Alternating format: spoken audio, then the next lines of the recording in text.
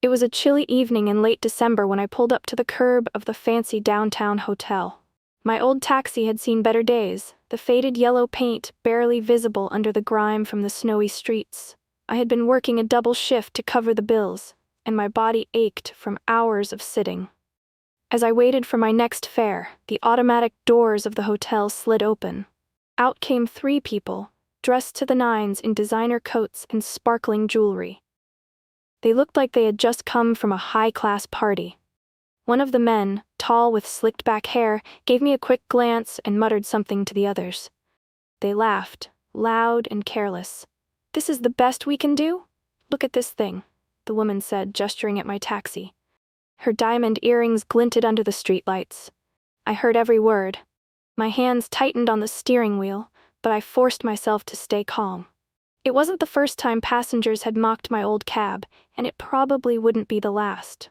After all, I'm just a taxi driver, invisible to most people, a part of the scenery they rarely notice. "Let's just get this over with," the shorter man grumbled as he threw open the back door. They piled in, their expensive perfume filling the car. I glanced at them in the rearview mirror and gave my usual polite nod. "Good evening. Where to?" "Airport," the tall man said, his tone dismissive. I put the car into gear and merged into the late-night traffic. The streets were slick with ice, and I had to be careful. I couldn't afford any mistakes, not with the little I earned. As we drove through the dimly lit streets, their laughter grew louder, grating against the stillness of the night. It was the kind of laughter that didn't come from genuine joy, but from a cruel sense of superiority. The woman leaned back against the seat, crossing her legs and pointing at the dashboard. "What even is this? It looks like something from the 80s. Does it even have air conditioning, or is that too fancy for this thing?" Her voice was light, but the venom in her words was unmistakable. The shorter man chuckled, his face reflected faintly in the rearview mirror. "Forget air conditioning. I'm surprised it's not running on duct tape and prayers." They erupted into another round of laughter. The tall man, who sat in the middle, leaned forward slightly, his elbows resting on his knees. "You think this thing has insurance? I bet it costs more than the car itself."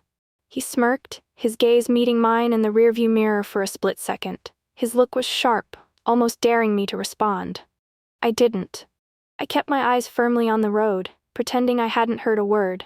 Years of driving had taught me that some passengers just needed to feel bigger by making others feel small. It wasn't personal. Or at least, that's what I told myself, as their words gnawed at the edges of my composure. "Do you think this thing will even make it to the airport?" the woman said, her tone dripping with mockery. "Maybe we should have just called for a limo. At least those are reliable." The shorter man tapped on the window and laughed. "Or cleaner," he added with a snicker. I gripped the steering wheel tighter, the leather worn smooth from years of use. Their laughter and comments were like a hammer against my pride. This cab wasn't just a vehicle, it was a symbol of everything I'd worked for. Every mile it had clocked carried the weight of school fees, grocery bills, and medical expenses for my two kids. To them, it was just an old car. A joke, even. To me, it was the difference between keeping the lights on and going hungry. I took a deep breath and swallowed the lump of frustration rising in my throat. Saying anything would only give them more to mock. They wouldn't understand. They came from a world of luxury and ease where someone like me was invisible. A background character in their charmed lives. The tall man sighed dramatically, leaning back and stretching his legs. "I hope this thing doesn't break down. That's the last thing we need tonight." I didn't respond, but his words left a bitter taste in my mouth. Little did they know how hard I'd worked to keep this car running. Every dent, every scratch told a story. Of late nights, long shifts, and sacrifices they couldn't imagine. As their laughter faded into idle chatter about their expensive watches and upcoming flights, I focused on the road ahead. The icy streets glistened under the glow of the streetlights, a reminder to stay sharp. My pride may have taken a hit tonight, but I wasn't about to let their words distract me. The highway stretched out before us, quiet and almost eerie in its emptiness. The hum of the engine was steady, a comforting rhythm against the backdrop of the passengers' ongoing conversation. I was just beginning to think the rest of the drive might pass without incident when it happened. A sharp, ear-piercing bang shattered the quiet. The car lurched violently to the right, the steering wheel jerking in my hands. My heart slammed against my chest as I fought to keep control, the tires screeching against the icy pavement. "What the hell was that?" the tall man shouted, his earlier smugness replaced by sheer panic. "I think it's a flat tire," I said, trying to keep my voice calm, despite the adrenaline surging through me. I guided the car to the shoulder, my fingers trembling as I turned on the hazard lights. The highway was desolate, a long stretch of asphalt swallowed by darkness. Only the occasional car sped by, headlights cutting through the night like fleeting ghosts. I stepped out into the biting cold, the wind slicing through my thin jacket as I walked to the back of the car. Sure enough, the rear tire was blown, the rubber shredded almost beyond recognition. I grabbed the spare and the jack from the trunk, the tools feeling heavier than usual in my numb hands. In the cab, their voices rose in an argument. "I knew this would happen. This is what you get for hiring some cheap cab," the woman snapped, her tone sharp enough to cut through steel. "Oh, give it a rest," the shorter man shot back. "Complaining won't fix anything, let him do his job." Their voices faded into the background as I knelt by the tire, my breath visible in the freezing air. My fingers fumbled with the lug nuts, the cold making them feel like lead. Each turn of the wrench was slow, deliberate, as if the world had shrunk to this one task. Just as I tightened the last lug nut, a sound reached my ears, a low rumble, faint at first but growing louder with each passing second. I paused, the wrench slipping from my grip as I turned my head. What I saw made my stomach drop. A semi-truck was barreling down the highway, its headlights cutting through the darkness like twin daggers. But something was wrong. It was swerving, its path erratic and uncontrolled. The driver must have lost control. Time seemed to slow as the truck veered closer, its hulking form looming like a monstrous shadow. My heart raced, and a single thought filled my mind. This is bad. Really bad. There was no time to think, only react. The truck was bearing down on us like a juggernaut, its headlights glaring and horn blaring a frantic warning. The sound echoed in my ears, but my focus had narrowed to one thing: getting everyone out alive. I dropped the wrench, hearing it clatter against the pavement as I ran to the passenger side of the cab. The cold air bit into my skin, but I barely noticed. Adrenaline coursed through me, drowning out everything except the deafening roar of the approaching truck. Yanking the door open, I shouted at the top of my lungs, "Get out, now!" My voice cracked under the weight of my desperation. Inside, they froze. The tall man, sitting closest to the door, turned to me with wide eyes, his earlier arrogance now replaced by sheer, unfiltered terror. The woman clutched her purse like it was a lifeline, her diamond earrings catching the harsh glare of the truck's lights. The shorter man was the first to react, fumbling with his seatbelt as he shouted, "Move! We have to get out!" The urgency in my voice must have finally broken through their shock, because they began scrambling out of the cab. The shorter man stumbled as he exited, nearly tripping on the icy shoulder.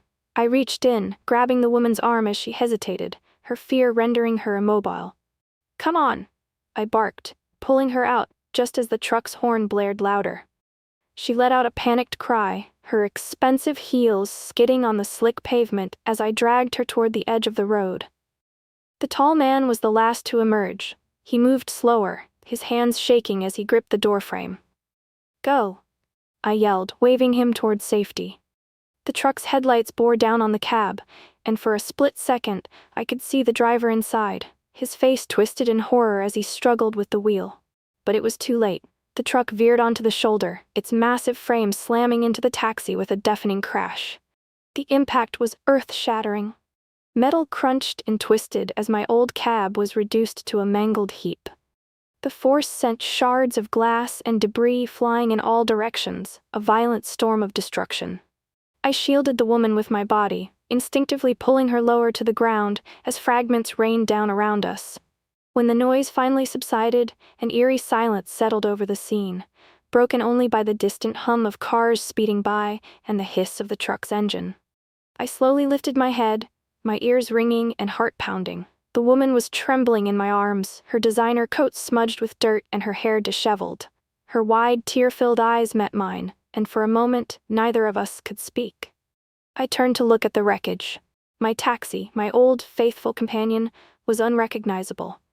The vehicle that had carried me through countless nights, through thick and thin, was gone. It lay crumpled like a discarded tin can, its once reliable frame crushed beyond repair. But we were alive. That was all that mattered. The tall man sat on the ground a few feet away, his hands shaking as he buried his face in them. The shorter man paced back and forth, muttering under his breath, his eyes darting between us and the wreckage. We could have died, the woman whispered, her voice barely audible. I nodded, still catching my breath. My legs felt weak, barely able to support me. In that moment, the loss of my taxi didn't matter. What mattered was that we had escaped with our lives, a fragile thread of fate that could have so easily snapped. The wealthy passengers stood in stunned silence, their faces pale and their fancy clothes dusted with dirt and snow. The woman's diamond earrings were gone, lost somewhere in the chaos.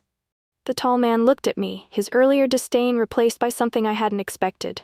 Gratitude. You saved us, he said, his voice trembling.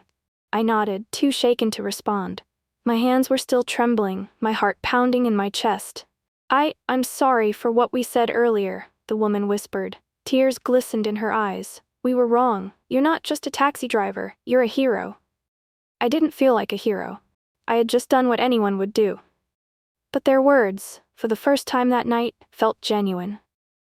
As we waited for the police and emergency services to arrive, the passengers huddled close, their earlier arrogance replaced by humility. And though I had lost my taxi, I felt a strange sense of peace. Sometimes it takes a moment of crisis to remind us of what truly matters. Thank you so much for watching. If this story touched your heart or kept you on the edge of your seat, don't forget to give it a thumbs up. Your likes let us know you enjoy this content and want to see more. We'd love to hear your thoughts. What part of the story moved you the most? Share your feelings in the comments below. Your feedback and insights inspire us to create even better stories. And don't keep this story to yourself. Share it with your friends and family. It might inspire or touch someone else's heart too. Finally, if you haven't already, subscribe to our channel and turn on the notification bell so you never miss a new story. Join our growing community where we celebrate the power of heartfelt, meaningful storytelling. Thank you for your support. It means the world to us.